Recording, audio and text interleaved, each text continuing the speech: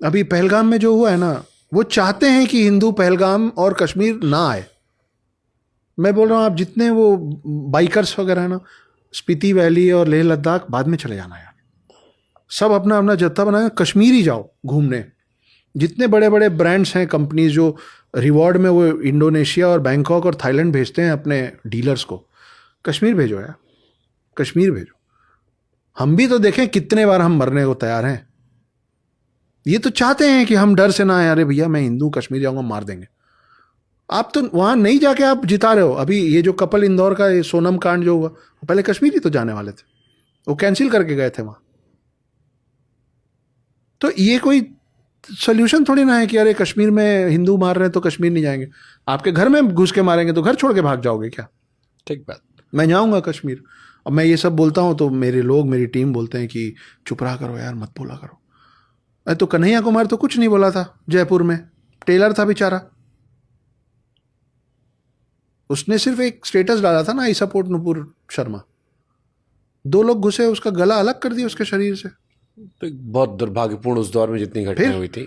मैं उसके बाद से, मेरे को ये नाम इसलिए याद है, मेरे को बहुत ज़्यादा नाम याद रहते नहीं शुभंकर भाई, मेरे को नाम इसलिए याद है क्योंकि जिस दिन मेरे को मैं सुना था ना, ये घटना जब हुई थी ना, उस दिन मेरे को लगा था कि मैं बोलूँगा। क्योंकि जो नहीं बोला, पहलगाम में जितने लोग गए थे वो थोड़ी ना बोले थे। सही बात है। वो थोड़ी ना अक्षत गुप्ता जैसे कैमरा लगा के बोल रहे थे, तो जिंदा है क्या, मर गए। तो ये इस बात विषय पर तो हमने भी इस बात की गारंटी थोड़ी ना है कि मैं चुप रहूंगा तो मैं नहीं मरूंगा, और मरना है तो बोल के मरूंगा। उमेश महाराष्ट्र में उनकी डेथ हुई थी, बहुत सारे लोगों की डेथ हुई थी, हमने भी उससे बड़ी आवाजें उठाई थी। खैर सर, हम नागा साधुओं पर थे, हम सियासत पर किसी एक दिन और चर्चा करेंगे आराम से सुकून से बैठ के। नागा साधु सर, हाँ 4 लाख से ज्यादा नागा साधु हैं आपके देश में, जो जब जरूरत पड़ेगी तो आएंगे। पहले भी आए हैं, बहुत सारे युद्ध लड़े हैं नागा साधु पहले। उसमें से एक पूरे युद्ध की तो चर्चा मैंने अपनी पूरी किताब में की है, 2 पार्ट में है, उसका नाम द नागा वॉरियर्स है।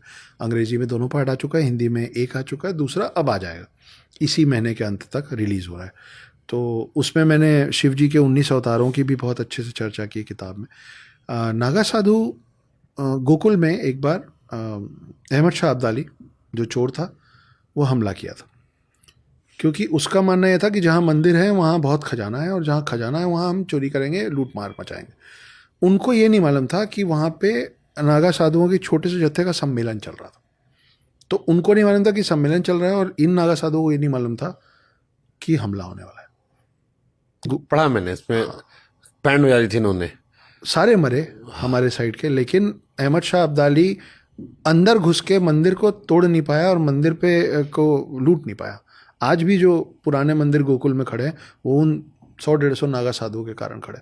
उनके पास हथियार नहीं था, वो ना मंदिरों से निकाल के लाए थे सच में हथियार। जो अभी आपने RRR फिल्म में देखा क्लाइमेक्स में कि वो राम जी का धनुष और तल, ये उन्होंने उस समय 17वीं सेंचुरी में सच में किया था कि अगर हनुमान जी का मंदिर है तो एक नागा साधु गदा लेके लड़ रहे हैं, वो काली माँ का मंदिर है तो एक नागा साधु खड़ग लेके लड़ रहे हैं।